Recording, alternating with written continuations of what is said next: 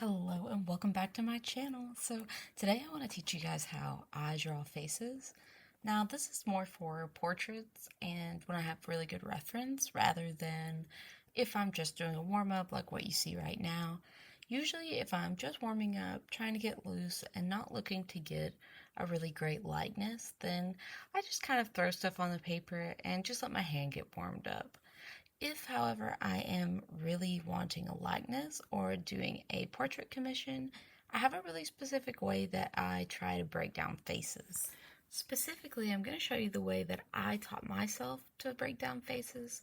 There is, of course, multiple methods to do this, especially the most popular one, which is like, what some people like to call the Riley head or the Proco head, or there's even like some different ways to break it down into boxes. For me, I had to almost do an in-between way because I struggled a lot with doing the circles and figuring out like where they went and where to cut things off. And so it wasn't really helping me get a likeness so much. Instead, I decided to do kind of a shape-based breakdown, which I think a lot of painters do when they're trying to find forms. Before we get into that, I'd like to talk a little bit about what I'm doing right now. I am using the Gene Sketch pastels and rough brushes that come out of his ultimate all-in-one pack.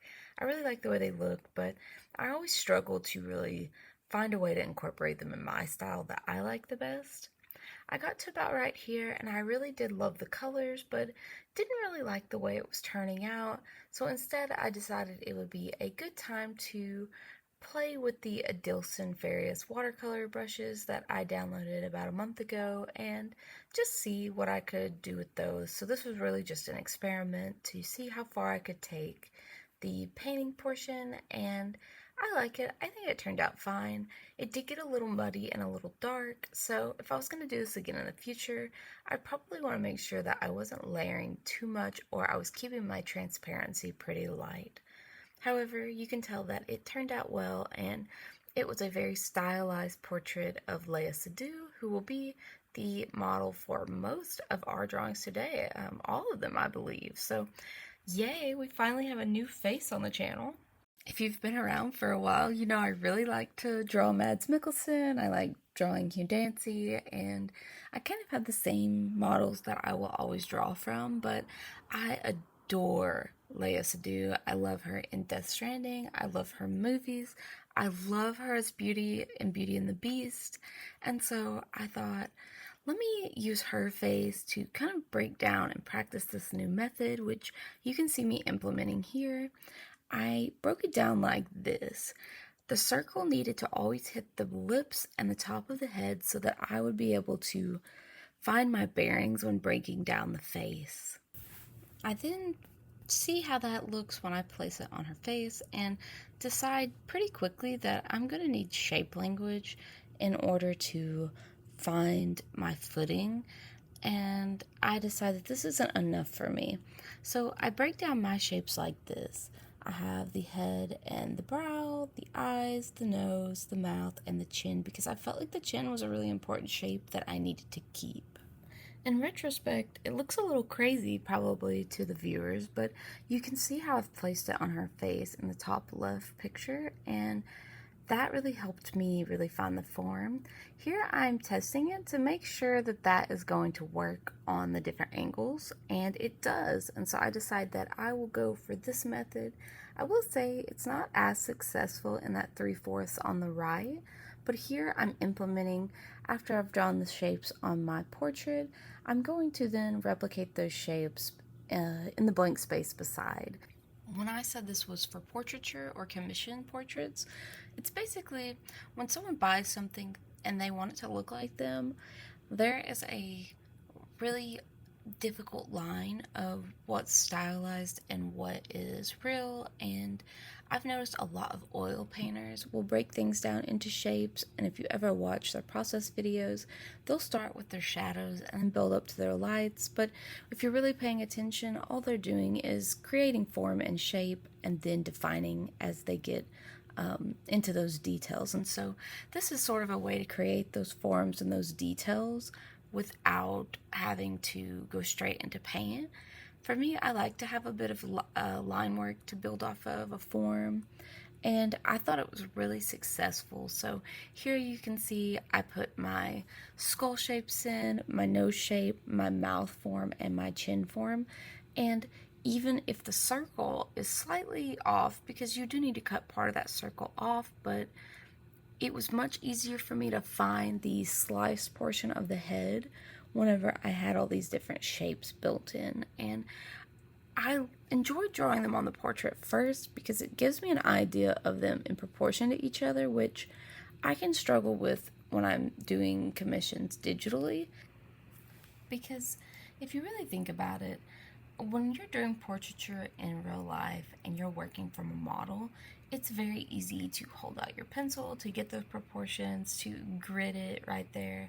But when you're working digitally, I feel like you don't have as much space to play with, and if you're going to blow something up after you do a grid method, or if you're going to transform your lines, I feel like they get blurry unless you're working in vector. And so I like to draw without drawing on top of the image whenever I'm actually doing the commission. So I don't like to use light boxes or in digital art to trace over, unless I'm using maybe like a 3D model to get the form, and then it's just going to be a loose form anyway. But as you can see here, I think the likenesses were really good just from doing the shape language, and I decide, well, if the forms look that good with the pen work, then I'll go ahead and paint on top of them and just practice some painting while I'm at it.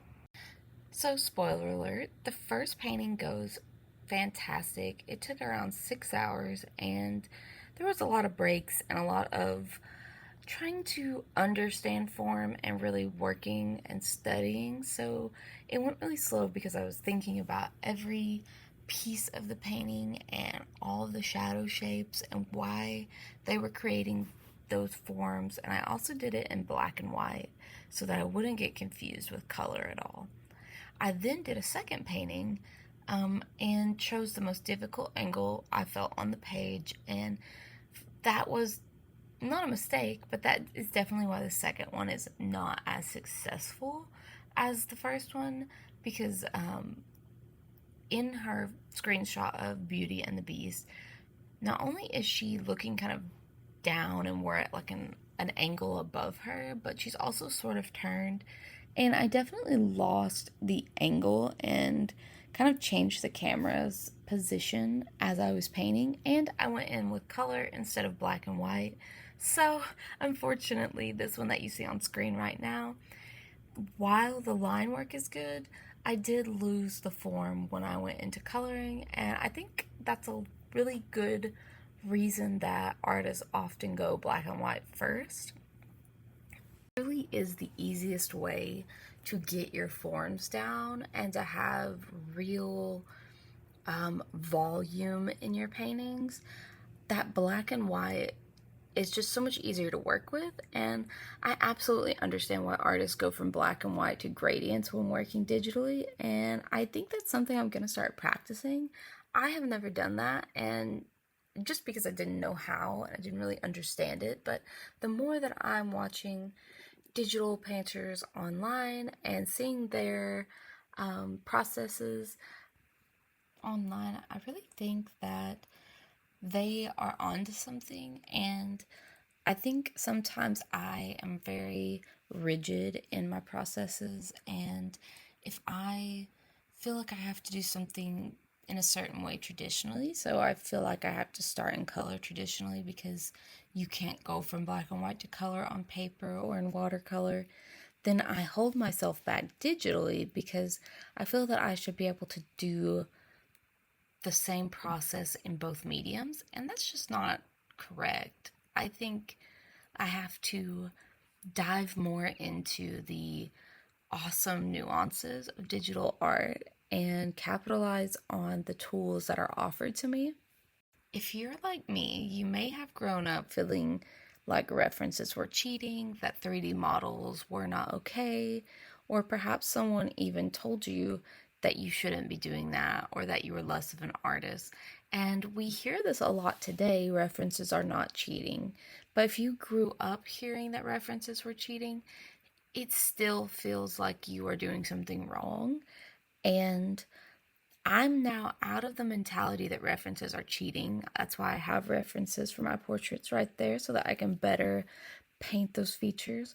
But I still struggle with the idea of being able to photo bash or use 3D models because growing up and in both my high school art program and in my college art program, we were really told that those were not okay things to do. And it really held me back. And I know that one of the students in my classroom who was notorious for copying designs from the internet or taking heavy inspiration got a much better job right out of college in an art program than I did. And the only thing that held me back was me because I thought that was cheating. And if it was really cheating, they wouldn't have got hired.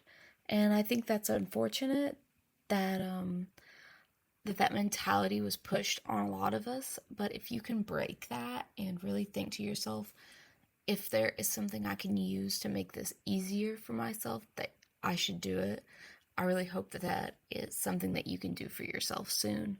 I know a lot of comic artists, don't understand why people call it cheating.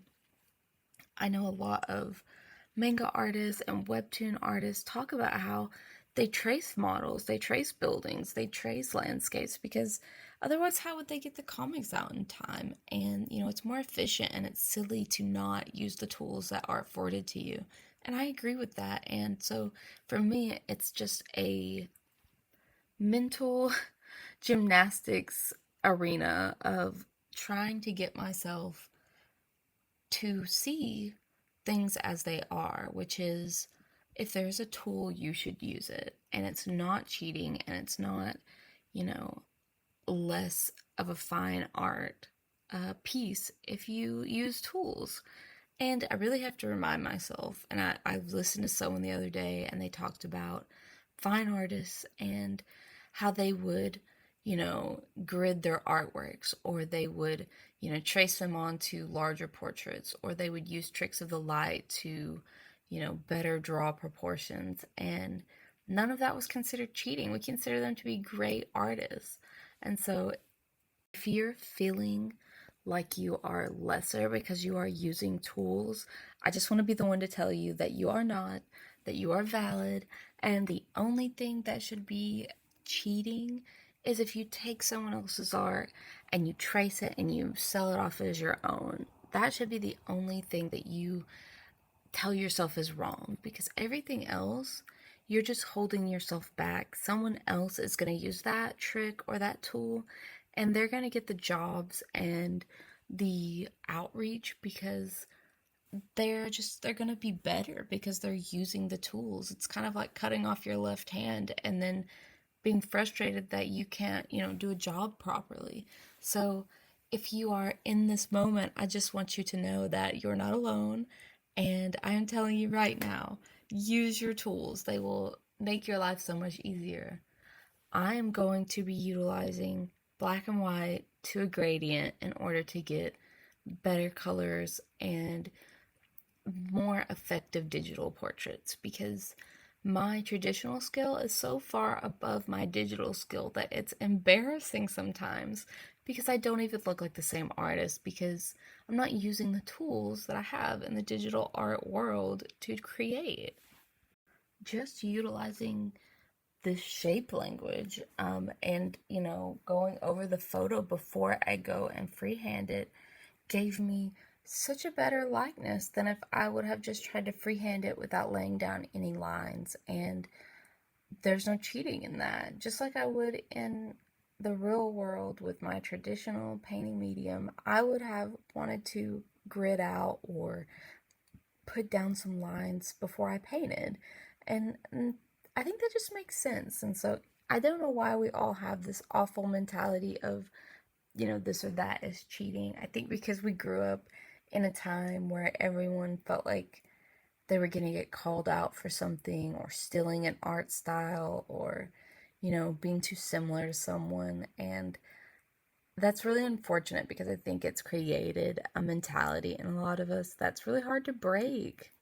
And I really think as long as you can put the same level of art out each time, that how many people are really sharing video processes of their work? How many people are really sharing, every detail? Most people that I've seen in the professional industry at most share a few screenshots of the artwork as it's going through its creation, its rendering, but very rarely do I see people showing their full art process unless they're on YouTube. And so, if you're just trying to do this professionally, you should really be utilizing those professional tools and tips and tricks to make sure that you are just as competitive as everyone else in the field. Because I think that's another thing, is that in business, there's very little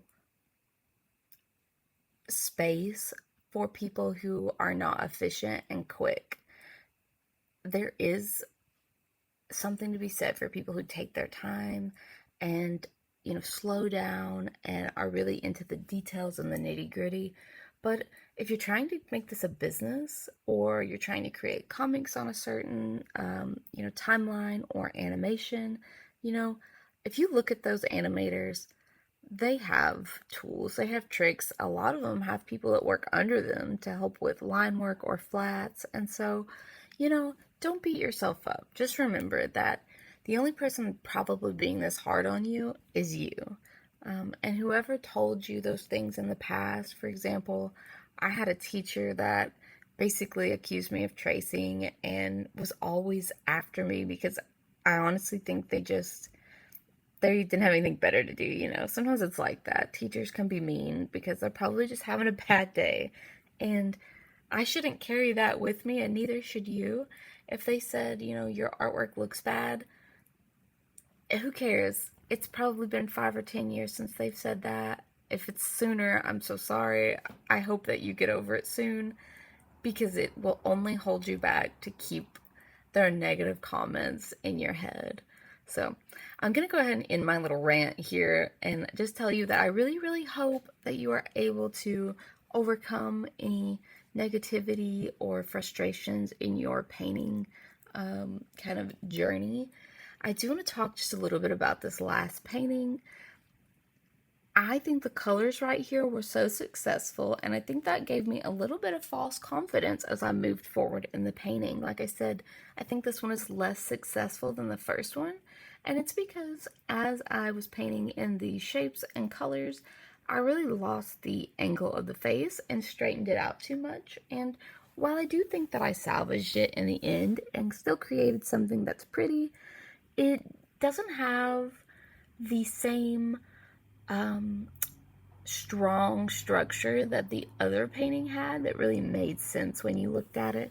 When you look at this one, if your eye is trained, you can notice there's something a little bit off with it, and that comes down to the fact that I didn't have a good structure, a good base sketch, and that's okay too. I think things like this, when you create these studies, which I spent a lot less time on this painting as well because I'd already spent so many hours on the black and white, that really I should have taken a break and have come back the next day, because my eyes were tired. They weren't seeing things the way that they should. It's really true that if you walk away and you come back with fresh eyes, that you'll often be able to catch what you were missing before. And I'm not sure why that is, if there's some psychology behind that. If, a lot of people say that your eyes just get used to what you're looking at, and so they start to miss what's wrong with it, the mistakes. And I'd love to know if anyone knows, is there psychology to that? Is there some reason that the more we look at something, the less we really see it? Because I think that is just such a strange skill that human beings have. And it's probably something to do with like the uncanny valley and the fact that we've evolved to really be able to tell when something looks human but isn't. I think that's a survival skill that came as we grew as a society and a civilization. It's definitely something evolutionary that we probably weren't supposed to use for art, but we do. I also think it has to do with the whole um, grid that they show sometimes, where they talk about, here's your skill level, here's how well your eyes can see or what your brain knows, and they're never like evened out. One's always behind the other, and so that causes a lot of frustration as we level up in our skills. Now, you may look at this and you may think that's incredible. I wish I was at that skill level. And I can look at that same thing and be like, I see all of the mistakes. So, just another word of advice to kind of give you some positivity. Remember that there is someone out there wishing to be where you're at and working to be where you're at and hoping to be where you're at. So if you can just look at your work just a little bit more positively and tell yourself, I'm proud of what I've done, I'm going to keep getting better. And it doesn't feel like this in the moment, but you can always come back to things and fix them when your skill level gets a little bit higher. And I have to remind myself of that. If I want to come back to this painting in a couple weeks or a year and redraw it like people do on YouTube, that is so valid. And I'll probably be so proud of my progress when I do that, because if I compared this to something I did last year, I am sure that I would be blown away by my progress.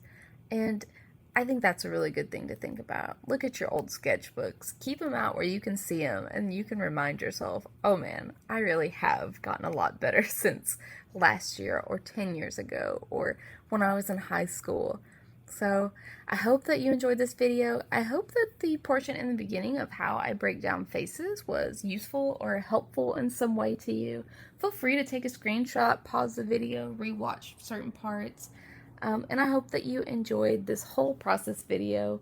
I'm going to let you guys finish out the last 40 seconds. And if you would like to like and subscribe, I put out videos every week, usually on Tuesdays and Thursdays, although for Christmas I put them out Monday, Wednesday, and Friday just for funsies, just to give you guys an extra video and because I have a lot of backlog that I'd like to get out to you guys. Alright, I'll see you later.